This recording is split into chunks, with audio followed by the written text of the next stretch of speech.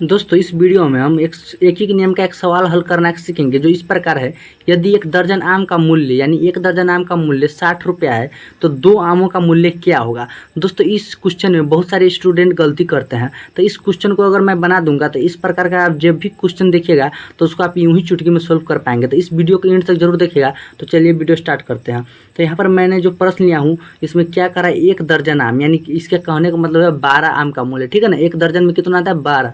ठीक है ना, एक दर्जन में 12 चीज़ होते हैं, यानी एक कोई भी एक दर्जन हो सकता है। आम हो गया, इमली, कुछ भी आप ले लीजिए एक दर्जन तो उसमें 12 ही होगा। ठीक है ना, तो एक दर्जन का मतलब 12। ठीक है ना, तो एक दर्जन का मतलब होता है 12, यानी हम एक दर्जन लिख सकते हैं यहाँ पर एक दर्जन आई इजकल टू 12। ये दोनों क्या होगा, बराबर होगा, यानी एक दर्जन इजकल टू 12, ये दोनों समान है। एक दर्जन के बराबर 12 ही है। ठीक है ना, तो ये आप समझ गए एक दर्जन के बराबर कितना है, तो 12 होता है। एक दर्जन का मतलब 12 होता है। तो एक दर्जन आम का मूल्य 60 रुपये, यानी 12 आम का मूल्य 60 रुपये है। तो यहाँ पर हम कैसे लिखेंगे, यहाँ पर देखिए आपको लिखना है चूकी। पहले क्या लिखेंगे, चूकी। चूकी कैसे लिखते हैं मैथ में, तो यहाँ पर देखिए 2 पॉइंट ऊपर लिखेंगे और 1 पॉइंट नीचे लिखेंगे, तो यह हमारा हो गया चूकी। तो चूकी कितना कह रहा है, एक दर्जन आम, यानी चूंकि 12 आमों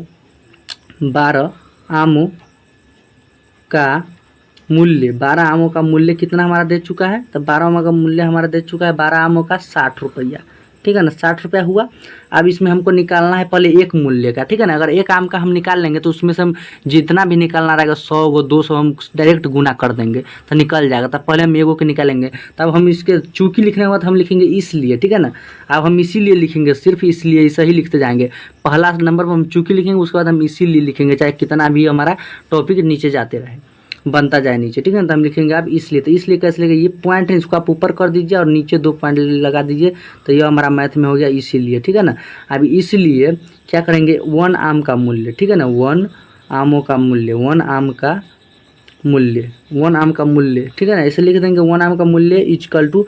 अब 1 आम का मूल्य क्या हो जाएगा, यहाँ पर देखिए जब कोई भी आम को आपको 10-20 का आम दिया रहेगा, ठीक है ना, 10-20 आम का दिया, उसका दाम दिया रहेगा ना, तो क्या करेंगे हम दाम को ना जितना चीज़ दिया रहेगा उससे हम भाग कर देंगे। तो यहाँ पर देखिए हमारा दाम दिया है 60 रुपया, आम कितना है, तब 12 को। ठीक है ना, तो 12 से भाग दे देंगे, यानी मूल्य को ना हम जितना आप खरीदें उससे, मतलब जितना आप खरीदें एक जितना का मूल्य है उससे हम भाग दे देंगे। ठीक है ना, 12 आम का मूल्य कितना है, 60 रुपया, तो हम पैसा को ना आम से भाग दे देंगे। ठीक है ना, इसी प्रकार आपको किसी भी चीज़ का पैसा दिया रहेगा, मान लीजिए 10 कलम का पैसा 20 रुपया दिया रहेगा, तो हम क्या करें, पैसा को ना 10 से भाग दे देंगे, यानी कलम से हम पैसा को भाग दे देंगे। यहाँ पर 12 पंच हमारा आ जाएगा 60, यानी एक कलम का जो मूल्य, यानी एक आम का जो मूल्य हो गया हमारा 5 रुपया हुआ है। ठीक है ना, एक आम का मूल्य हो गया हमारा 5 रुपया। आप क्या करेंगे, लिखेंगे फिर हम इसलिए क्या कह रहा है, 2 आमों का मूल्य। ठीक है ना, 2 आमों का मूल्य इजकल टू हम लिखेंगे।